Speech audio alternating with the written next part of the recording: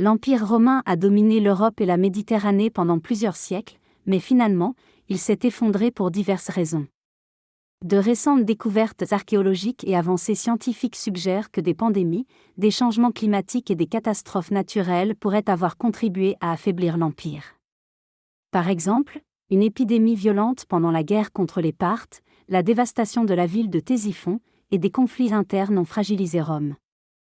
De plus, la découverte de la catacombe de Saint-Pierre et Marcellin avec des milliers de sépultures témoigne des conséquences dramatiques de ces événements sur la population de l'époque. Des fouilles archéologiques ont révélé une accumulation inhabituelle de squelettes dans une catacombe, datant de la fin du 1er au début du 3e siècle. Les chercheurs ont écarté l'hypothèse de martyrs chrétiens en l'absence de traces de traumatisme. Ils ont évoqué une possible épidémie, confirmée par des datations. Radiocarbone. L'organisation des corps suggère des dépôts successifs, probablement liés à plusieurs vagues épidémiques. Des mesures extrêmement détaillées ont permis de reconstituer la disposition des ossements. Ces corps pourraient avoir été victimes de l'épidémie associée à l'incendie du temple d'Apollon à Rome en 167, mais cette hypothèse reste à confirmer. Au cours des années 190 après Jésus-Christ, le médecin Galien vécut une période marquée par la propagation de la grande peste à Rome. Et l'inefficacité des traitements disponibles, il décida de retourner dans sa patrie. Rejoignant ensuite les empereurs Marc Aurèle et Lucius Verus à Aquilée, Galien fut confronté à une terrible épidémie ravageant les soldats romains. Cette maladie, probablement la variole, se caractérisait par une fièvre, des vomissements, des diarrhées et des pustules sur le corps des malades. Les conséquences de cette épidémie se firent ressentir lors des guerres contre les barbares le long du Danube, mettant en lumière l'affaiblissement de l'armée romaine.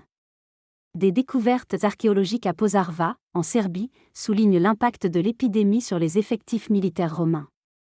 En l'an 169, lors d'une épidémie de peste, un monument commémore l'enrôlement massif de 270 soldats, dont beaucoup étaient des non-citoyens devenus citoyens juste avant de servir. Ces recrutements d'urgence montrent le besoin pressant de renforcer les forces armées romaines, au risque de compromettre la cohésion de l'armée. En 170, ces troupes recrutées rapidement ont permis à des guerriers barbares de piller le sanctuaire sacré d'Éleusis en Grèce, provoquant un choc dans tout l'Empire romain. Un illustre personnage, Julius, a réussi à sauver les objets sacrés du pillage, mais la peur et la terreur se sont installées face à la menace barbare. Athènes était en paix depuis des siècles jusqu'à ce que l'empereur Marc Aurèle permette aux barbares de piller et détruire la ville. Les guerres acharnées dans la région du Danube s'ensuivent pour ramener la paix. La découverte du trésor de Nère à Nanterre, avec près de 1900 pièces de monnaie romaine, reflète la crise de confiance de l'époque due à la dévaluation de la monnaie par l'empereur Caracalla. Le passage du denier à l'antoninien conduit à une diminution de la valeur de la monnaie, entraînant des difficultés financières. Malgré cela, Caracalla fait construire les majestueux thermes de Caracalla, offrant un environnement luxueux mais propice à la propagation des maladies. La prospérité de l'Empire se reflète dans ses bains publics, symbole de sa grandeur. Au cours du IIIe siècle, l'Empire romain est confronté à une série de défis majeurs. Des invasions barbares se multiplient, entraînant une instabilité politique avec de nombreux empereurs et usurpateurs éphémères. La ville de Rome, vulnérable, est menacée par les barbares, obligeant le pouvoir à se déplacer vers Byzance. Cette fragmentation conduit à la division de l'Empire en Orient et en Occident. Parallèlement, le changement climatique devient une préoccupation, étudiée grâce à la dendrochronologie sur des arbres fossilisés, offrant un aperçu des conditions climatiques du passé. Les recherches archéologiques permettent de remonter dans l'histoire, révélant des défis variés et une nécessité croissante de sécurité et de stabilité pour l'Empire romain. Le matériau du bois est crucial pour remonter dans le temps grâce aux études effectuées par les dendrochronologues. À l'Université Mandel de Brno, des échantillons de bois sont collectés et datés avec précision à l'aide de la datation par recoupement. Le processus implique la mesure des cernes du bois et l'analyse de la cellulose pour obtenir des données sur les niveaux de température et d'humidité.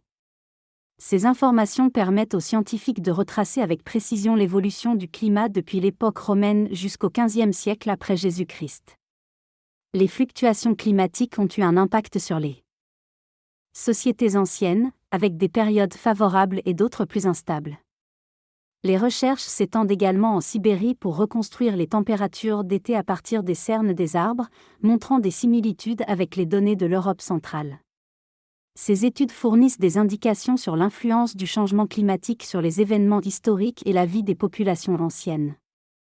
Les empires nomades des steppes d'Asie intérieure ont été impactés par des conditions climatiques défavorables, poussant les populations à migrer sur de plus grandes distances. Le site archéologique du cimetière de Kure témoigne de l'histoire et de l'activité des nomades dans la région au fil des millénaires. L'arrivée des tribus nomades razies en Europe, armées de l'arc composite, a bouleversé l'équilibre des pouvoirs. Les Goths, Sarmates et autres peuples barbares ont mis l'Empire romain à l'épreuve, menant à des conflits tels que la défaite romaine à Andrinople en 378. Les invasions barbares, comme le sac de Rome en 410, ont affaibli l'Empire romain d'Occident, menant à sa disparition. Sous l'empereur Justinien, l'Empire romain tente une reconquête, mais est confronté à une catastrophe climatique en 535, marquée par une obscurité prolongée et une diminution de l'activité solaire. Cette période de troubles climatiques contribue au déclin de l'Empire romain, symbolisant la fin d'une ère. À une température de 25 degrés Celsius, la glace destinée à l'analyse est préparée en prélevant des carottes glaciaires.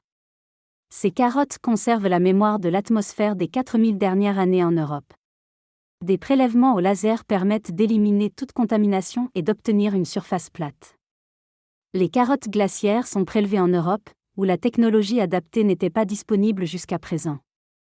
L'Institut du changement climatique a développé un instrument permettant des mesures plus précises jusqu'à 40 000 par mètre.